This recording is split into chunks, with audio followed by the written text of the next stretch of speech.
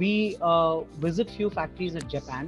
So the kind of precision which they work with, the quality standard which they maintain, even the hallmark standards, जैसे India में कई बार 75% hallmark होता है, wherein 76% होना चाहिए, तो भी 18 कैरेट hallmark पास हो जाता है. Wherein in Dubai or in Japan or other countries, say Italy, even if it's 75.99, it's not acceptable. The entire product is rejected and sent back. So it has to be 76.10% for 18 karat gold to pass. If people who are aware in the gold industry, they would be knowing this surely. So precision. आप Japan में कोई भी एक factory visit करेंगे, तो every labor is given a flow chart which is stuck on his working platform, which says step 1 do this, step 2 do this, step 3, 4, 5, finish step 1 again. So they know what they are doing stepwise. Whereas in India, still a lot of factories are there who are not following documented way of working. They are just working on an oral communication basis.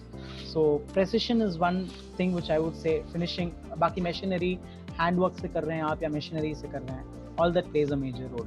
It's a very depth conversation actually. So in short, I would summarize to precision. That's the difference between maybe here and another countries which are working. Another factor is that if you see mostly India, even in terms of exports, India has mainly US clients, okay, US and China clients. So China, Hong Kong, I'm considering that as the same domain. So in terms of quality, if you see what is demanded by the European companies is the precision aspect what Akash ji just said. But in terms of exports that is going to US and China, Hong Kong, the quality compromise is there to an extent. Their designs, the concept of designs, the use and throw concept, the fast fashion jewelry, the economical cost jewelry. So all those things is actually giving room to Indian jewelers to do jugaad basically. So that is where the procedure is not being followed, the precision is not being followed. So like I compare an enameling of anything which is sold by a Tory Burch, which is not basically enameling, or they are not into jewelry per se. But when I compare it to what we are getting in India, I mean that is far more better. So why can't we reach those standards? Is it because of the machinery they have, or what is it?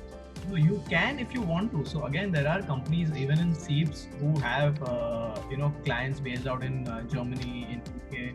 So they are actually following the procedures. They are. I can give you an example of fine jewelry, for example. Their quality standards match that level.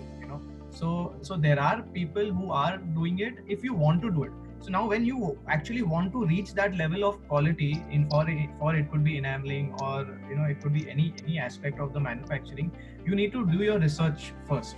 Where are the people lacking? Why are they lacking? What kind of karigars are they using? What kind of machinery is being used? What kind of softwares are being used? What kind of materials are being used? You need to go back and restart that entire process again. In India, okay. जिसको आता है उनको पकड़ते हैं और करा देते हैं. So correct. So that is where we are lacking. You need to restart that entire procedure and see where you are lacking and get it done. So if you follow that procedure, you'll automatically match that quality. So but if I'm doing one or two pieces, maybe even the manufacturing, they won't entertain something like this because they want large scale margins, right? So there is actually no technical answer to that. Then it's again it's going to be it's not going to be economic. You don't want to. So my concern is that. So that's even my that, concern. If you do your research, you will get your answer. Okay, sir. Fine. Thanks.